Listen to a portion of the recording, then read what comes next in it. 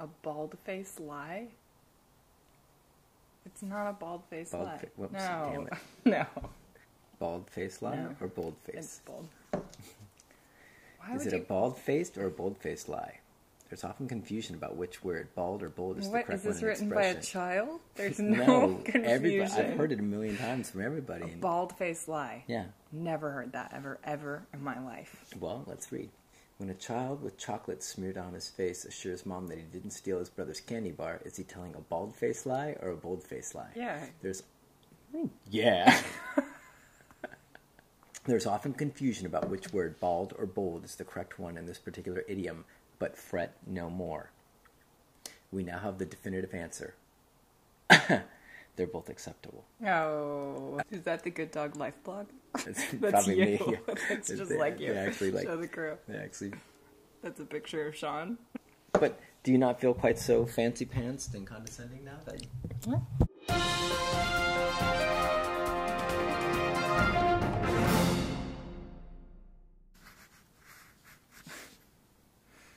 You ready? Gotta be just... No! Hey everybody, it's Sean from The Good Dog and the lovely Laura Morgan. And, sorry, I'm cutting into a time.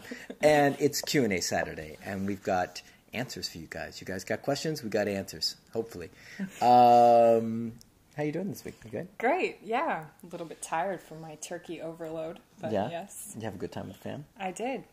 Nice. Did you have a good time at Jerry's Deli? I did. I had a turkey sandwich, if that helps. He's a bachelor. Well, what was I really doing? Working.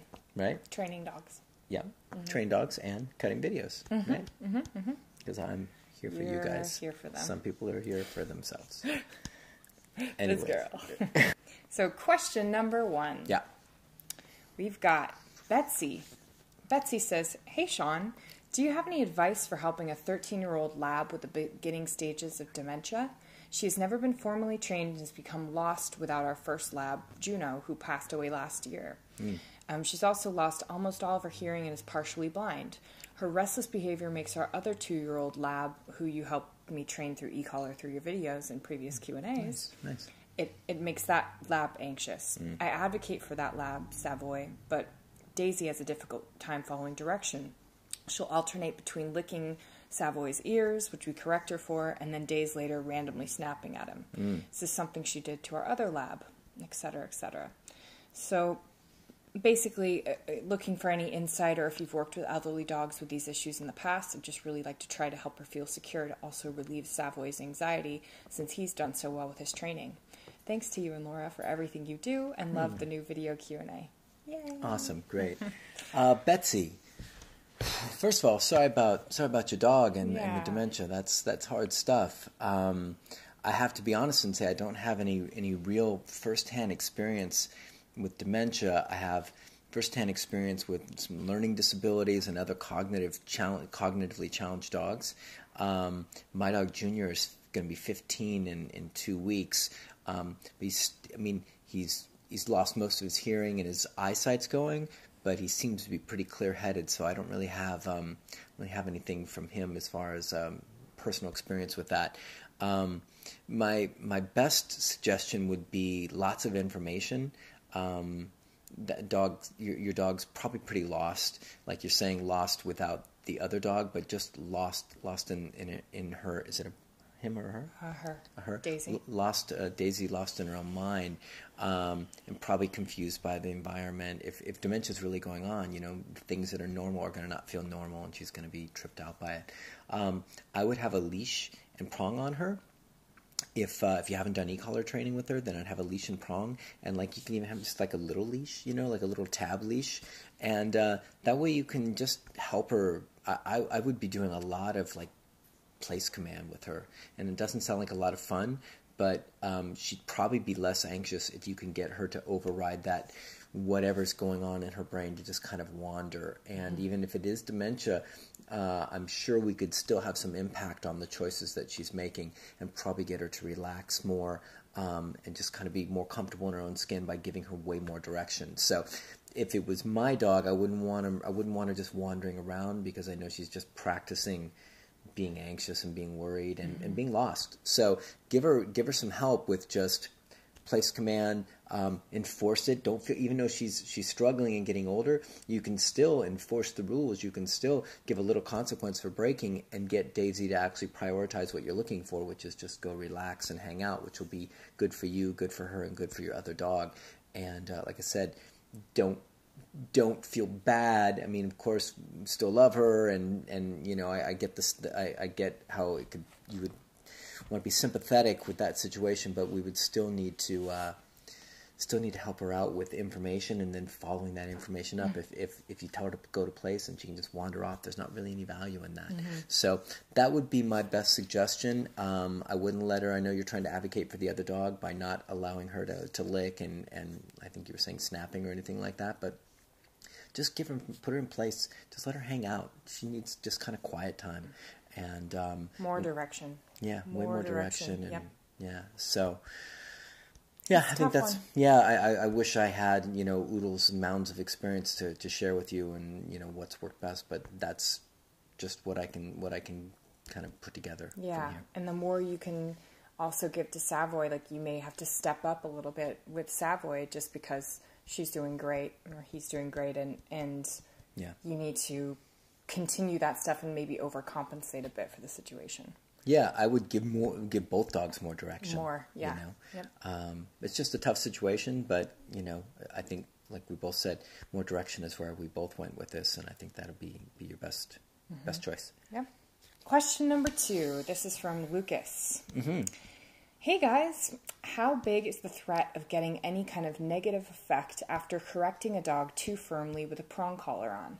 I know a trainer that sometimes goes really strong with it. A lunging, barking, aggressive dog ends up with the tail between the legs after a correction. It is effective because the unwanted behavior is stopped immediately and never comes back, but I'm just wondering if this by any means can negatively influence the dog, especially in terms of relationships or any other way. Lucasz, good question, and a bit of a tough one because corrections and higher level corrections and things like that can be very valuable, and they need to be with the right dog and for the right behavior and all that stuff. So, there's plenty of dogs that come through that we see that at some point are doing something dangerous or some really off the charts behavior, and I'm going to shut it down straight away. So I'll inhibit it straight away, and I may correct it with a pet convincer or foot tap or e-collar or prong collar, depending on where we're at in the process. And you might see initial response being that the dog is shut down, freaked out, overwhelmed, conflicted. You'll see a lot of that stuff with dogs that have been practicing certain habits and coping mechanisms for a long time, and then boom, you inhibit it. So they get the pressure, which overwhelms them, and then they also get, holy crap, what am I going to do because now I can't do what I normally do. So when we have that situation, we make sure that we're being fair to the dog, and that's kind of the tough thing. Is like it's a very dog by dog basis. How much pressure you share and what is a fair consequence depending on the dog, how soft the dog is, how firm the dog is, how physically sensitive the dog is. So hard for me to say without seeing what's going on. Now, if there's a trainer out there who's just that you're talking about that just puts a prong collar on and just knocks a dog's block off, that's a pretty unsavory concept. So that's not what I'm advocating. But there are situations where a firm correction really helps a dog move past being stuck. So it's kind of one of those things that's a little bit nuanced and hard to give a clear one way or the other, because it's real easy for that to sound like somebody's just being abusive, and they could be. And if that's the case, like I said, if they're shutting dogs down and to answer your question, here's a great response. What are the dogs looking like after this guy's working with them? So you said they're stopping the unwanted behavior, right? So he's got an inhibition going on. But what are the dogs looking like after that? Are the dogs making good choices and looking happy and not stressed and comfortable? Or are they looking massively shut down, overwhelmed, and freaked out? So I think that's really where it's at. The proof is in the pudding, not really like necessarily in the in the approach, because the approach sometimes can be messy. With serious behavior stuff, sometimes the approach of like an inhibition or a consequence can look messy initially, and then the dog looks awesome. So, but not right away. The dog may not look awesome right away, but days later. Like, how's the dog faring after that? Are they relaxed? Do they seem a little bit more in control, less like impulsive and all that, or are they just on alert, you know? Yeah, because I mean, we'll see. I mean, you've seen millions of times dogs come through here that are disasters, and I'll lay a firm correction on them, and they'll look like a mess for 30 minutes or something like that, and then later because that they've day, never been told no for what they're doing. It's like a kid that finally gets a teacher that says, "Oh no, you have detention." He's like, "What?" Nobody but does I've got that. away. Nobody I've got away with all of this, and they're freaked out. But that's the similar sort of thing. It's not like you're trying to, you know, cause harm, but you're trying to cause an inhibition that they go, "Oh, I see." Right, I want to make a different choice in the future. Yeah. So sometimes we'll see a dog be a mess for half an hour, 45 minutes, or even a couple hours. You might see dogs shake after that as they process and are really uncomfortable. And then if you watched any of our videos, you've seen every dog that comes out of here ends up coming out of here looking great and having a good time and being good, but they're not practicing those negative behaviors anymore. Mm-hmm. So most of those dogs at one point had probably looked not great. And I had a post up, Good Dog Tip up, I think this week, saying it might look messy, or last week. And it was directly relating to this stuff, that there's a point where training can look really not good, really messy and really uncomfortable. But done right, it's a gateway towards the dog looking fantastic afterwards. So I'll have a video from Sully up in a few days. Hopefully you'll get to see, and you'll see Sully looking really bad, and then you'll see him looking really good towards the end. And, you know, I had to use some inhibitions with him to get him to stop doing what he was doing, some consequences, and he didn't look happy or excited about it, but now he is happy and excited. So once again, hard to say without seeing what the guy's doing. If the guy's out of control and he's just like walking around and like knocking dogs' blocks off left and right, and that's his go-to, that's his solve all for everything, it's probably not a great idea.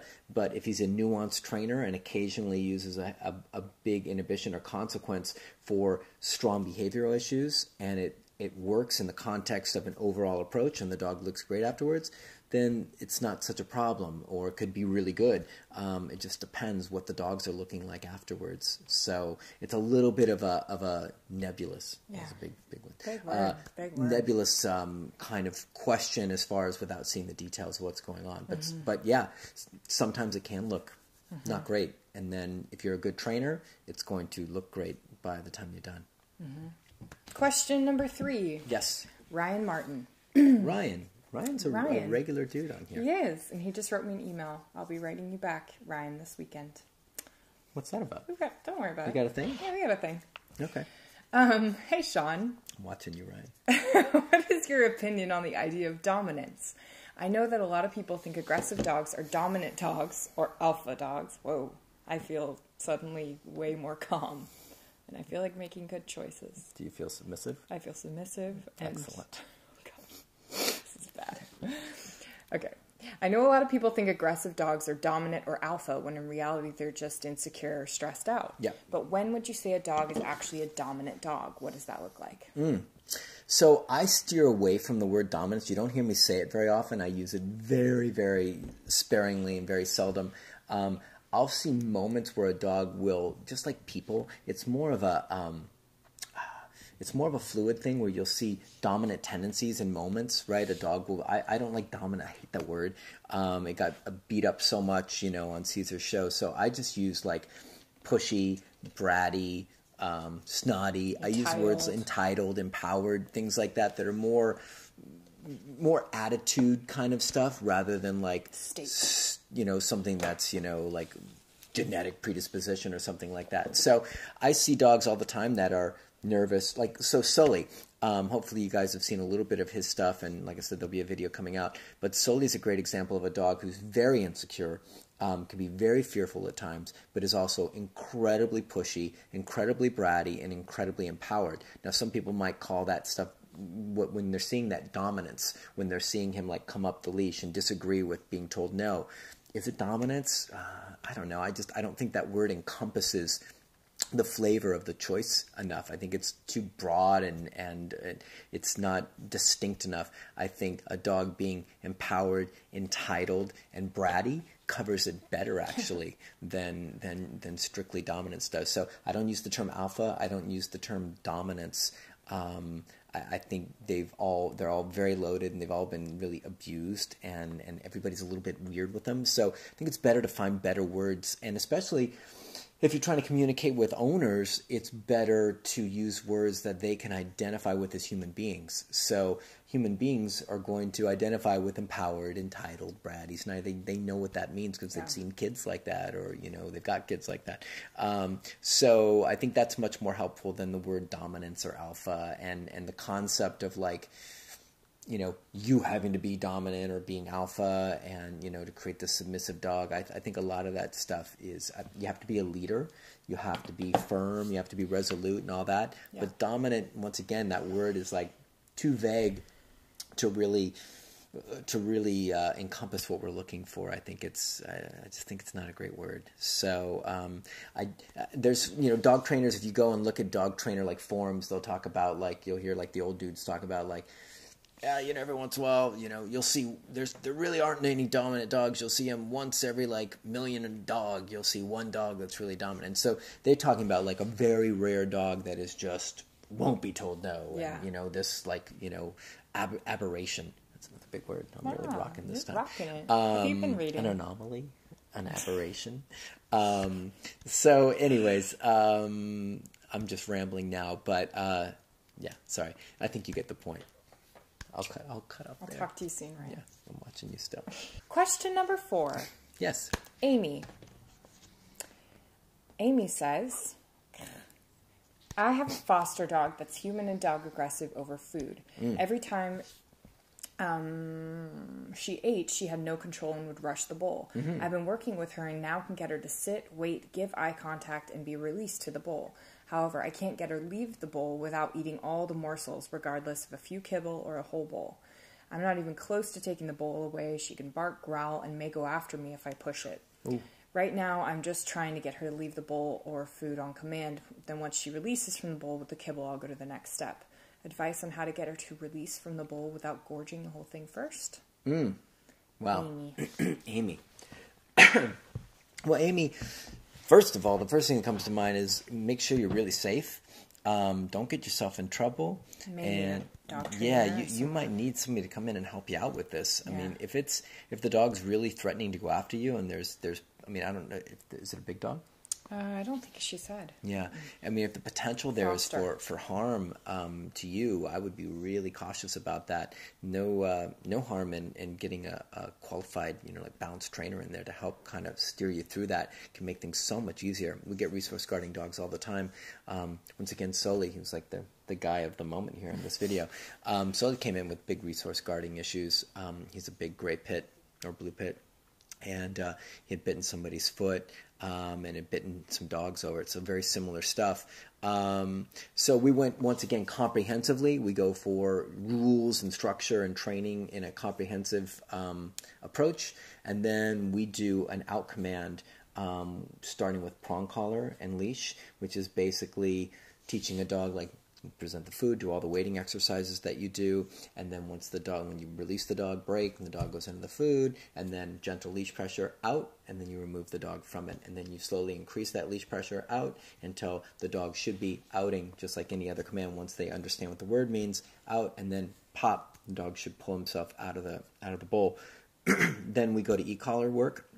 And once the dog is conditioned to the e-collar, then we go to out on the e-collar, and that's where everything gets really easy because there's no physical confrontation, there's no proximity stuff. You can stand anywhere you want and say out, and the dog just pops right out of it. And that really is a game changer psychologically for dogs. For Soli, getting close to him was really like where he would get dicey, and you could just out him from a couple feet away, and he would just spit it right out, and then that really nipped his whole kind of guarding thing in the bud because it wasn't going to work for him. Yeah, so it changes the game. Yeah, it really does. So leash and prong, if you're not doing e-collar work, then leash and prong is really, if you're going to tackle this on your own and you feel safe enough to do it, once again, get a trainer if you don't feel safe. Yeah. Leash and prong, like I said, with, you can get a slow feeding bowl, order one of those off Amazon, the bowls that have like little tentacles coming up, and the dogs have to work really hard to get the food, so it slows them down a lot, which would give you a lot more repetitions. And then it's just out, pull the dog out, and then, you release them, break, go back in, and then after, maybe a couple sessions, maybe a couple days, then out, pop, dog should back out, totally drop the food and move away. And if the dog doesn't, then you've got to actually make that happen. If you can go to e-collar and then you transfer that to e-collar, and it gets really easy. Yeah. So you just have to be so careful getting close. Yeah, it's a complex one, and I'm nervous about even trying to direct you about how to go about it, because the last thing I want to hear is that you got bitten trying to do something that I'm recommending with a protocol that I can't even really diagram for you in clear details. So that's what I would do. What you should do is whatever is going to keep you safe and help you make the best choice for this dog and yourself. So don't try and be a hero. If you need help finding somebody in your area, just email us, thegooddog.la@gmail.com, and we'll try and set you up with somebody that can help. Yep. Question number 5. Wow, we're halfway through. Halfway. Can you believe it? I can. I know, you're so believable. I am believable. This is from Kandace. Mm-hmm. She has a 2-part question, but I broke it down and just grabbed one of the parts. Break it down. Yeah. Go ahead. Sean and Laura, you are the best. Oh, thanks. Thanks, Kandace. That's awesome. She's the bomb. Okay, so she has a new rescue dog, and she has another rescue, a 4-year-old female Rottie mix, Cora.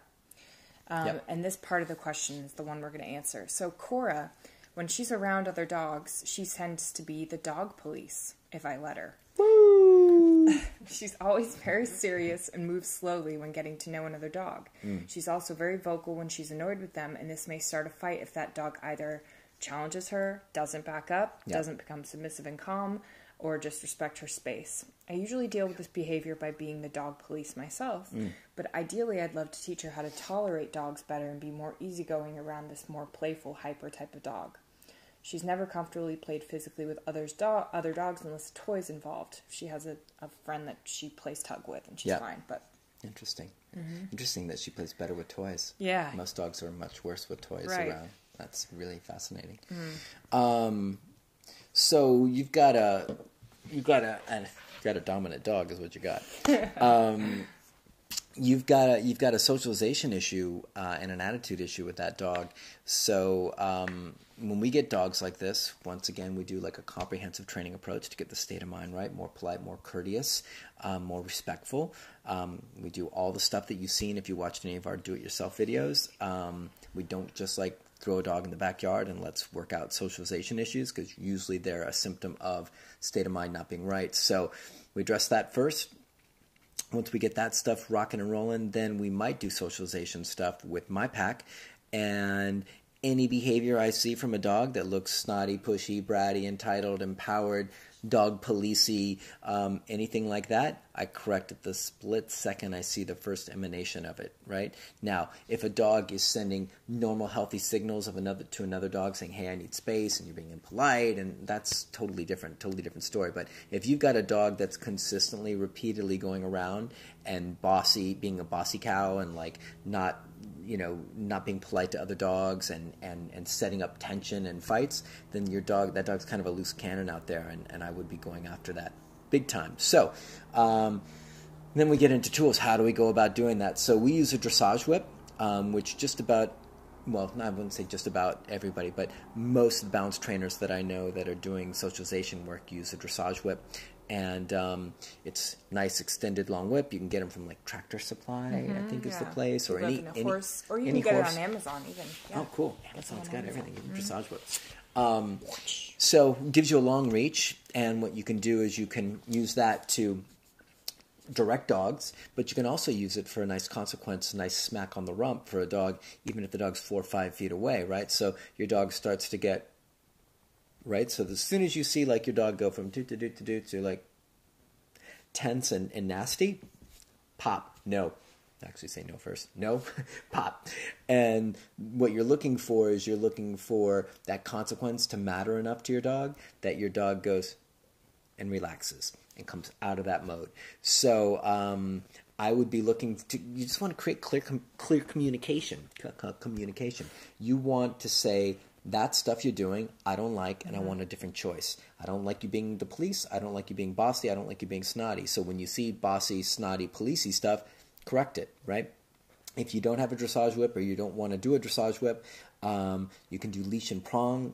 More challenging because then the dog's got to kind of drag it around. You got to be right next to the dog to grab it to correct.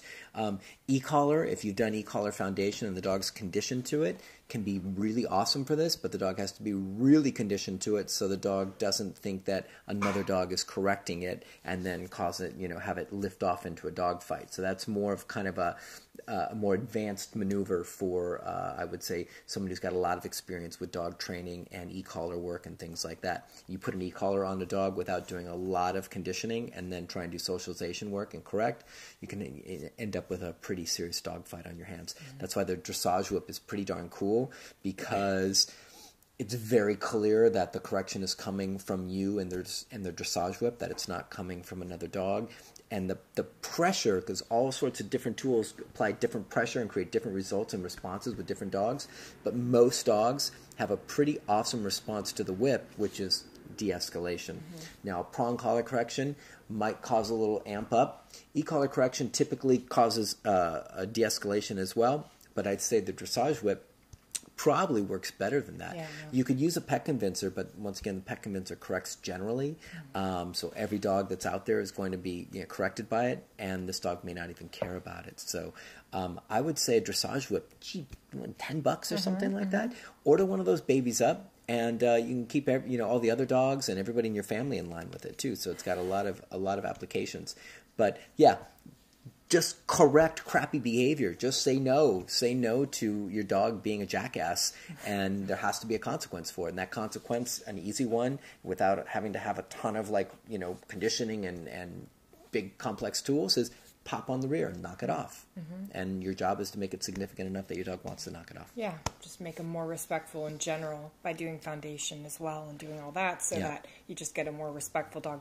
I think rarely we've seen a super respectful dog inside the house that's super respectful of the owner and all that stuff, who is kind of snotty on the field. Yeah. I mean, like Laura just said, I mean, typically it's a symptom of a dog being a brat kind of in a lot of places, and then why not be a brat out there? Of course, it doesn't make sense for the dog not to be a brat out there if they're being a brat elsewhere. So, yep, awesome. So, question number 6. Can we start again? Yes. All right. Question number 6. Okay, number 6.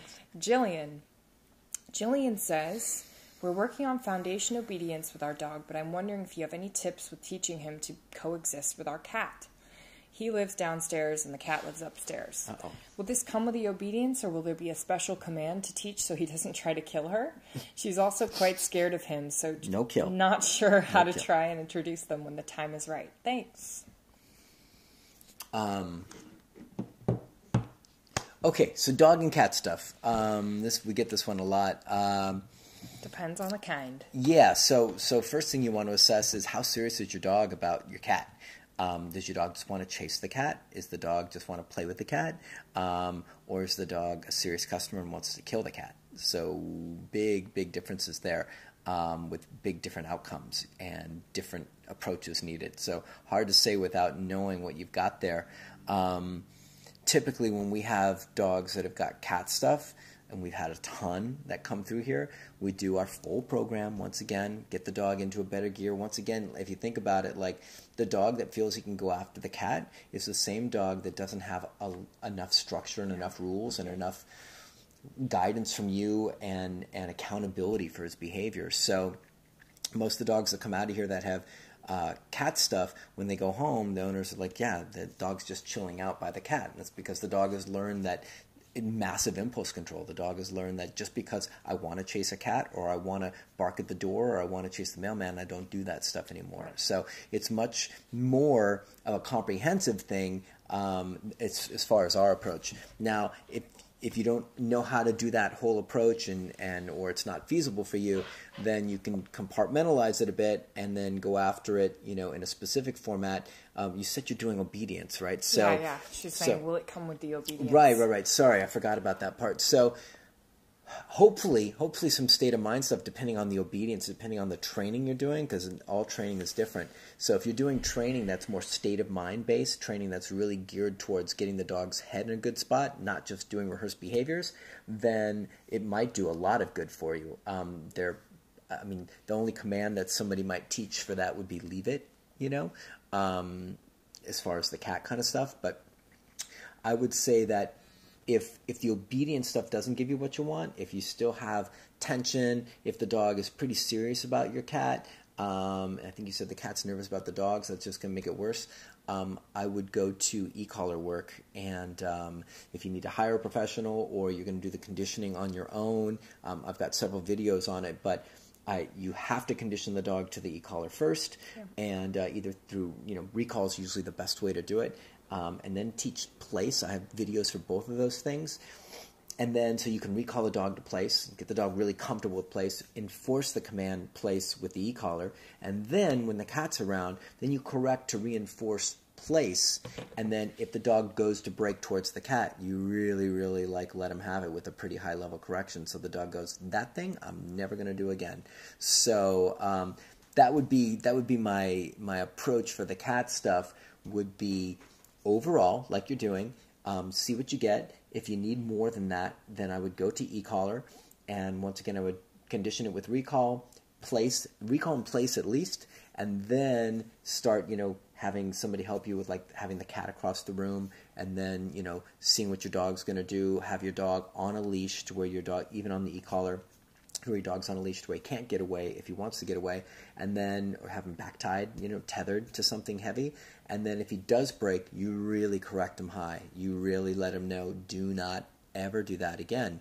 And then what you'll see is you'll see your dog start to flip his priorities about what he's going to do, rather than prioritizing, I just want to chase, that looks great. They're going to prioritize, I'm just going to lay here in place and ignore that cat, even though I'd like to chase. So, but that's up to you to share enough of a consequence that he'll change his priorities. So, but that's my thing. Do you have something to add? No, that was. Is that solid? Okay. Question number 7. Yeah. Marla, how do you stop dogs from digging holes in the middle of the yard? My dogs are 2 and 5. For hole digging, there's if you go on the internet and search, there's a myriad of solutions that you will see. And I always am wondering, is it a myriad or is it myriad? It's a myriad. It is, because I hear a lot of people say myriad. There's myriad instructions or solutions on the internet. Huh. We can look that up too. We'll have to look that up. It sounds like a bald-faced lie. Zing! Pow. Okay, so there's a and myriad suggestions on the internet about digging stuff from, I know people suggest putting their own poop in the holes, putting hot sauce in the holes. There's really ancient, crazy, nasty stuff from Keeler method, where I think they talk about filling the hole with water and putting the dog's head in there, and I don't recommend any of that stuff. It's really easy. You have to do e-collar work. I mean, if the holes are really bad, and you're exercising your dog, and you're training your dog to where it's not just a quick fix. Hopefully, a lot of times digging is just from boredom. So, but there's a lot of dogs that dig because it's a blast and will destroy your house, even if they're or destroy your yard, even if they are exercised. So I just want to recommend that you do your work, which is train the dog, exercise the dog, all that good stuff. Now, if you're doing all that and you're still having problems, then e-collar work. You don't have to get a super expensive e-collar. You could get a mini educator, or you can get a Dog IQ off Amazon for what are they? 150, 180. Yeah, 180. Is that retail? 180. Yeah, retail. It's 180. I mean, how much is your backyard worth to you? Is the big question. You could do some very basic recall conditioning. Collar conditioning with my recall video, my free video. Do that for 3-4 days, And then you can start using this to correct for that. And for that stuff, I would have the e-collar on the dog. Dog's been conditioned. Dog is in the backyard. You peer out through the window, very strategically watching for him, but you don't want him to see that you're there. And when the dog starts to dig, you correct him at a pretty darn high level, because you want to say, digging, I don't like anymore. It's the same kind of thing as, cat issues, stuff like that. Or you notice there's a theme here, dogs, like socialization issues. Consequences are really, really, really important. And if we don't share them, there's no reason for a dog to change its behavior, because digging's a blast, right? So if you're not going to share a consequence, your dog's going to just stay stuck. And the best way to share a consequence at a distance with perfect timing is an e-collar. So condition your dog for a couple of days, get him looking great, hide out, look through the window, dog starts to dig, get him, nail him, bam. And then keep doing it and watching. And if your dog goes back again, then you need to go up higher and correct again, because maybe what you thought was high, and maybe your dog even goes, "Arr!" but goes right back to it, or goes back to it a couple hours later, then it probably wasn't a high enough level. You really want to go like, boom, let the dog know you really dislike that, so he will prioritize a different choice. Yeah. So, cool. Yeah. Get that digging, get it out of here. Get it out of here. No need. Question number 8. Number 8. I thought it was 9. No. It's 8? It's 8. Oh, right? okay. 1, 2, 3, 4, 5, 6, 7, 8. Okay. Yeah. Sue asks, when you train your dog with the e-collar, do you send him home with an e-collar or recommend another training collar for the owner? What's her name? Sue. Sue. Hi, Sue. That's my mom's name, by the way. It's an easy one to remember. Yeah. Hold on 1 second. Down. He's down. No, he's not. Down. That means you, big boy. Okay, speaking of e-collar. So this is what we use for almost every single dog. Hopefully you can see this. This is the e-collar Technologies Mini Educator 300. And we use this on every dog that comes through here for our board and train program. And we send every single dog home with one. So all the dogs do e-collar work here, and all the dogs go home with an e-collar. The only program we don't do e-collar with would be our walk doctor for really mild dogs. But your question really is, are you conditioning a dog to an e-collar and then sending them home with a different tool? No.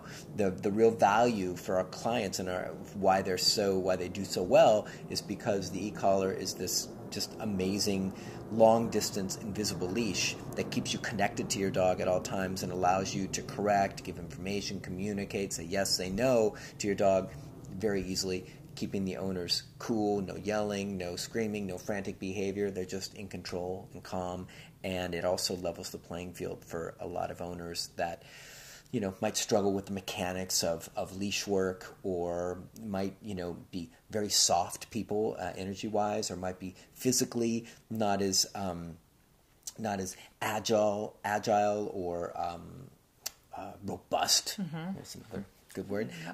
Robust as their dog is, and so that perception from the dog's perspective can really cause the dog to take advantage of an owner. So that's why we use e-collars for every single dog.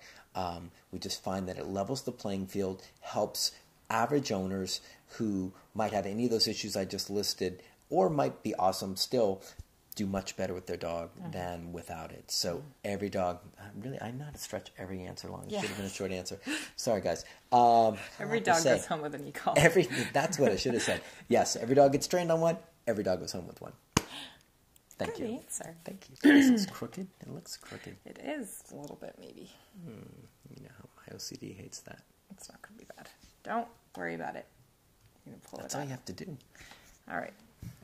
I've been staring at it the whole time going, I think it's crooked. I think it's crooked. Carolyn. Yep. Oh no, we're gonna do Carolyn last. Okay. So Diane, question number 9. Number 9. Diane. Our dog alert barks frequently when he sees someone outside, the doorbell rings, or a family member comes home.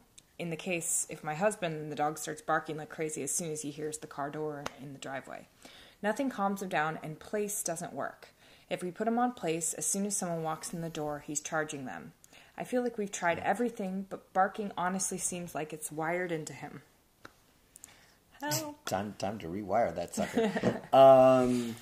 So she doesn't mention what kind of a training approach or tool she's using or anything like that? Place, but who knows? It's Diane, right? Yeah, Diane. So Diane, so it's great that you're using place, but place or any other command without a way to back it up and enforce it and share consequences for breaking a known command is pretty much not valuable. So it can give you a false sense of like, my dog knows place, but if you won't hold place when bombs are falling, when people are coming through the door, when anything else is happening, then you don't really have place really nailed down.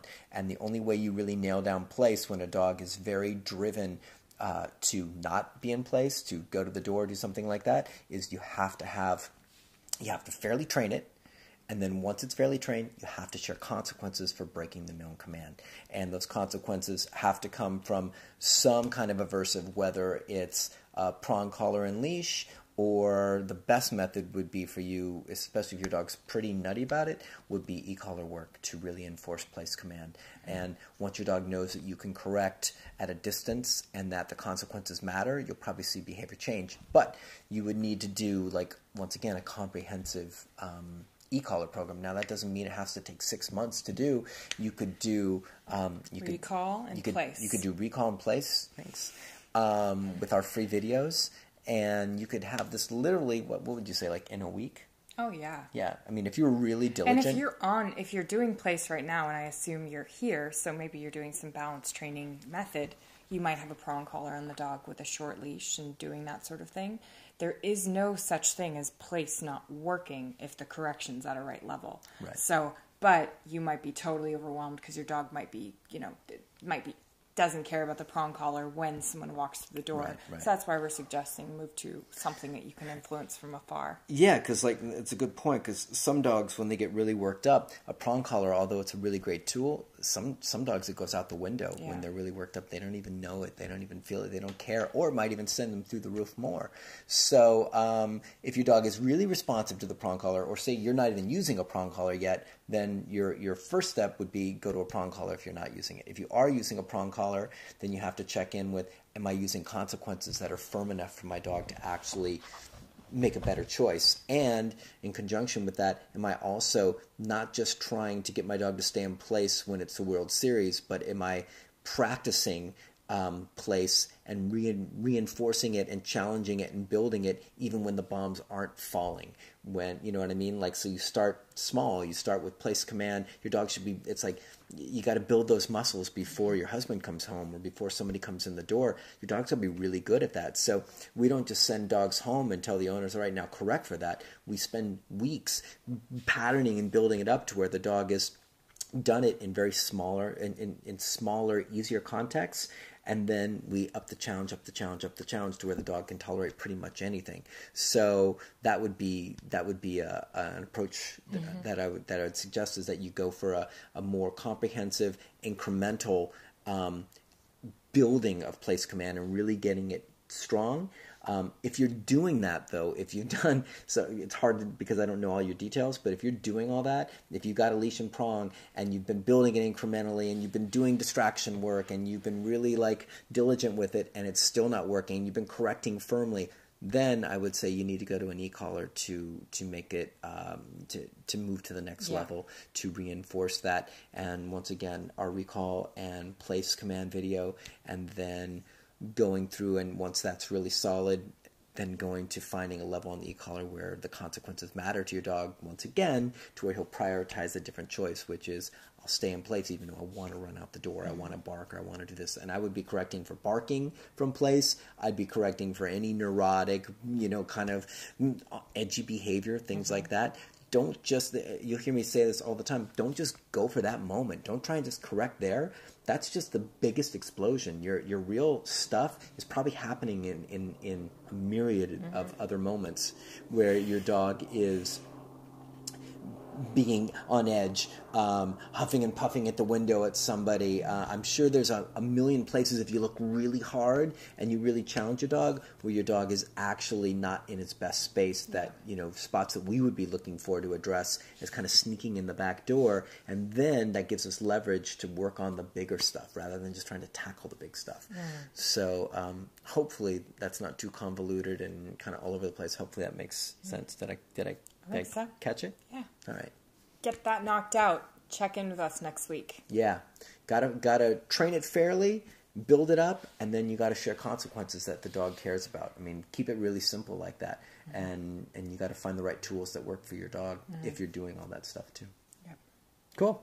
All right. Last question number 10. Number 10. I'm so excited. Carolyn or Caroline, not sure. Caroline. She asks or says, I work at a kennel where we board up to 170 dogs at a time. Good grief. My question is Can I pass on this question? Caroline, that's challenging stuff. It's a challenging question. My question is this. How do I deal with so many dogs that aren't in a calm state of mind at one time? They're not in a home, they're a very high energy environment, they're stressed. It becomes very primitive when you combine so many dogs who don't know each other in a place they don't know with people they don't know. I would really appreciate any tips you have for working in a kennel environment and constantly dealing with unfamiliar dogs. 170. 170. Man, that's a major, major challenge. It's a beast. Excuse me, it choked me up just thinking about it. Yeah, that is a beast. I mean, I'm trying to wrap my head around that. So we talked just briefly before we went into these questions about, some solutions. You had some ideas. Yeah, it's an impossible situation to get all of the dogs cool if they don't have any foundation work, and it's to all make you things guys good. Yeah, it's virtually really, really hard. But I was thinking of some creative things. It's there's a couple things like thresholds, just the dogs coming in and out of the kennel. If all of the volunteers or all of the people that work there actually didn't let them bust out of the kennel or run back in, it created a little bit of impulse control just by closing the gate or closing the kennel door on them and waiting for them to give a polite moment before inviting them out. Just that simple thing is huge. Yeah, I mean, and just to piggyback off that real quick, not only, if you do the crate or kennel exercise where you actually are pretty firm about shutting the crate or the kennel on a pushy dog's nose as he tries to come out, not only does it create impulse control, but it also de-escalates arousal, which is a lot of why you're getting the barking, because the dogs are all frantic and aroused. Yeah. So a big part of that kind of sudden, pop, with the crate like that. I'm not talking about hurting the dog, but being firm with that when you're met with firmness really will cause the dog to think about it, but also relax the dog, which is a big reason why I think you even suggested that, is because when you do that exercise, dogs tend to calm down quite a bit. Yeah, just getting them in a more respectful thing. And then another thing I was thinking about was can you group dogs? I don't know if this is a weird but some dogs you can do some stuff to shut them down, like pet convincer. You use pet convincer in there. You can use no high energy, no talking to the dogs, no high pitched voices. I'd stay away from food. High pitched voices. A lot of real affection and engagement, things like that. I'd be so low key, so neutral. So you pull the dogs in that direction. Even that's going to be challenging. But and the dogs that do come down, like the dogs that are easily influenced, I wonder if you could put all those guys in the same room to kind of put the better dogs. The better dogs all in one room so they get the benefit, and then the dogs that aren't easy to shut down or are all having trouble, maybe put them all in one room. I know it sounds like torture, but what's worse, having the dogs that actually all the dogs be a wreck, or having a portion? Just the ones that are a wreck continue to be a wreck. So I don't know, it's a weird one. I just would love to know the setup and a little bit more about it. But yeah, those, and basic foundation. I mean, I don't know if the dogs are getting walks. I don't know if they're owned by owners, but if they are getting walks, they should all be on prong collars and walking nicely. I mean, structured walk, not just little stuff. If I could come in there, or Laura could go in there, we would be doing threshold exercise with the crate or with the kennel door. We'd be doing structured walk with a prong collar. really getting the dog into a calm state of mind. It's not about like, everybody gets caught up in just exercise. The dog needs to exercise. Yeah. Those dogs are aroused and all you do is exercise them. You're not going to exercise that arousal out of them. Yeah. So exercise is great, but you need to also relax the mind. The whole concept is you got to chill the mind out. So with 70 dogs, it would be hard. With 170, it's really hard. But you just, if you've got troops there to help you out, if you can get everybody on board, like, we're going to really try and tackle this and see if we can set a goal for this week to try and get the dogs, like 50% quieter.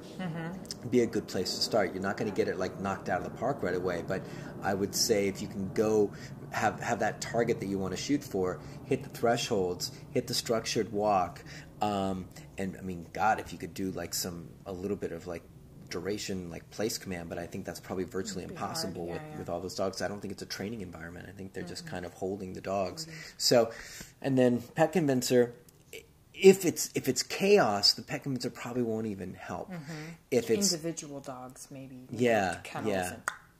Yeah, but if they're all barking and crazy, you kind of lost the battle already. You kind of have to pull the dogs out, work individually, and like Laura says, maybe start quarantining those and like, okay, we've got these guys in a good space. Let's add another one to it and add another one to it and slowly build from there. But that is a major, major undertaking.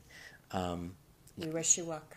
Yeah, I know some folks with like, once again, you can't do this, but daycare places, if their dogs are getting riled up, they'll use a hose and kind of like mellow them out. Get the hose on them. But that's probably not even a feasible option for you guys. Yeah, so it's a really, really, really tough one. I wish I had a phenomenal answer. Yeah, maybe next week can give us more information on the questions so we can maybe answer. Yeah, what the environment's like, and maybe we can try and problem solve with you a little bit more. All right, before we run out of battery. Yeah, are you good? Goodbye. Yes. Goodbye. Another one down. How many is this? How many have we done? I don't know. Maybe 6? 6? I'm just guessing. I can't wait till we hit 10. Like, I want to hit that benchmark at 10. Like, feel like we're starting to make getting some momentum going on. And you guys, let us know what you think. If you've got any, suggestions, if, we're adding timestamps to all this, so you can find the questions. You don't have to sift through all of it. If you feel that it's too long, we've been contemplating whether we should go to 5 questions rather than 10 questions. We want to get more answers out, but it's also a longer format. So I'd love to hear from you guys if you prefer 5 questions, so it's more succinct and less to wade through, or if you want more questions answered. So we'll leave that one up to you guys, and you guys can decide our fates. Yeah. Thanks, guys. All right, guys. See ya. Q&A Saturday group.